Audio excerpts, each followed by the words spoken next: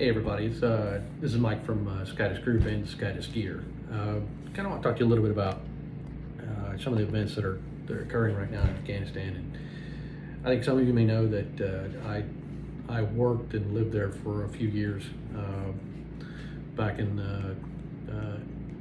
roughly between 2007 and right around 2011. It's been a while since I've been there. I make no bones about it. I don't have any recent knowledge other than keeping up with some of my former co-workers and friends who are still in country, but thankfully the majority of everybody I know they've made it out. But I have kind of kept track of what's actually going on over there, and to say that a lot of the Afghan vets are disheartened, that's an understatement. But let's deal with kind of what we have on the facts on the ground, and I want to talk to you a little bit about what I'm seeing, and just based, and this is solely my opinion, and take it for what it's worth. But today we had the bombing at the airport, and it looks like it's what we call a complex terror attack, meaning two events occur at the same time, and that has all the hallmarks of either an organized Taliban operation, or as they're calling themselves, ISIS-K, or the Khorasan variant of ISIS that's out of the eastern or northeastern part of Afghanistan. I actually spent a lot of time up there in Kunar province, but I don't know who did what. I can just look at it and say there are motivations for several parties, including the Taliban and ISIS and the various other nefarious groups such as Haqqani Network, who would have benefited from this type of attack. And then just what does it mean for us? And what I mean, that's for the U.S. Obviously, it's a further insult to injury to how this pullout and this withdrawal is taking place. It basically understates that our response to the Taliban's takeover was feckless, and I even think that's being generous, to be perfectly honest. But what it effectively does is it kind of seals into something I've been telling some of my close friends, and actually had spoken to somebody on the radio about it a few days ago. It just cements the fact that the Americans that are currently in Afghanistan are now hostages, and it's something I'd just, if you've been over there for a while and you understand how these guys operate, they now have basically an unknown number of Americans who are now effectively hostages, and this is much worse than anything that occurred back in 1979 with the Iran hostage event. And for those of you who've been through any of our kidnapping prevention courses, we talked about this before. Kidnapping is a labor-intensive and logistically draining event. There has to be some type of huge payoff for the kidnappers in order to do this. Well, when the Taliban basically leapfrogged and took over and made a point to encircle the airport in Kabul, Karzai International Airport, they effectively found a way to hold all the Americans hostage without having to commit any resources. They don't have to put any guards to go watch them. They don't have to feed them. And here's the why of that.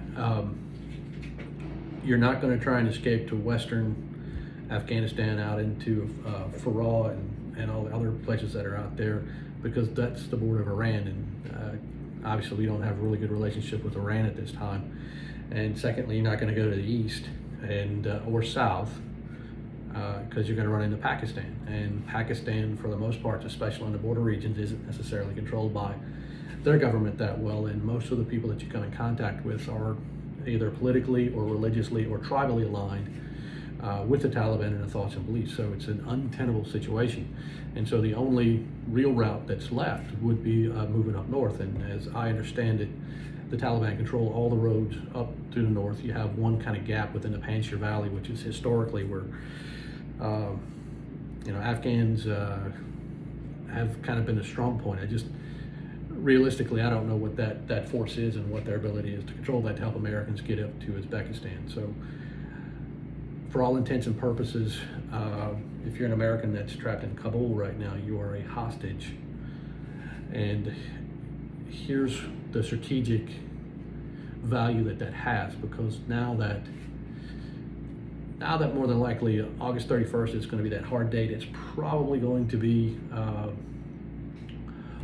it may happen quicker. That's the God's honest truth, because now you have violence. We know we have American casualties, and take a moment and say a prayer for the American Marines and any other American servicemen who may have been injured with this, as well as our Afghan partners. The majority of the people who were at those gates were people who were directly involved in helping us over the last 20 years.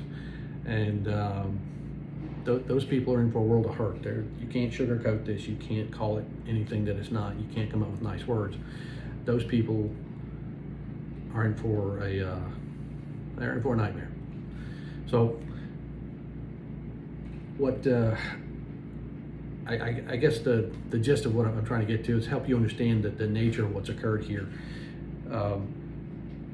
Our government really needs to get on the ball.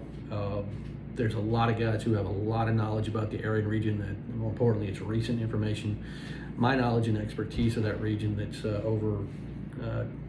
it's over a decade old now. So, but I know there's some guys out there who were just in country recently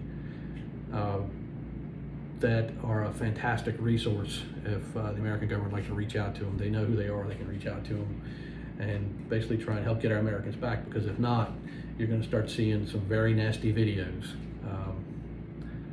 circa around the 2003, 2004 era that I don't want to see a repeat of. Unfortunately, we put a lot of Americans at risk for that very same event to occur because we did this badly. If you got any comments or you guys want to talk about it, especially for a lot of my Afghan vets, it's been a rough week watching this. I get that. I go through moments where it's anger and frustration, and in many cases sadness, because there's a lot of things that we all missed. And you know, I came back whole, but it came at a very steep price personally.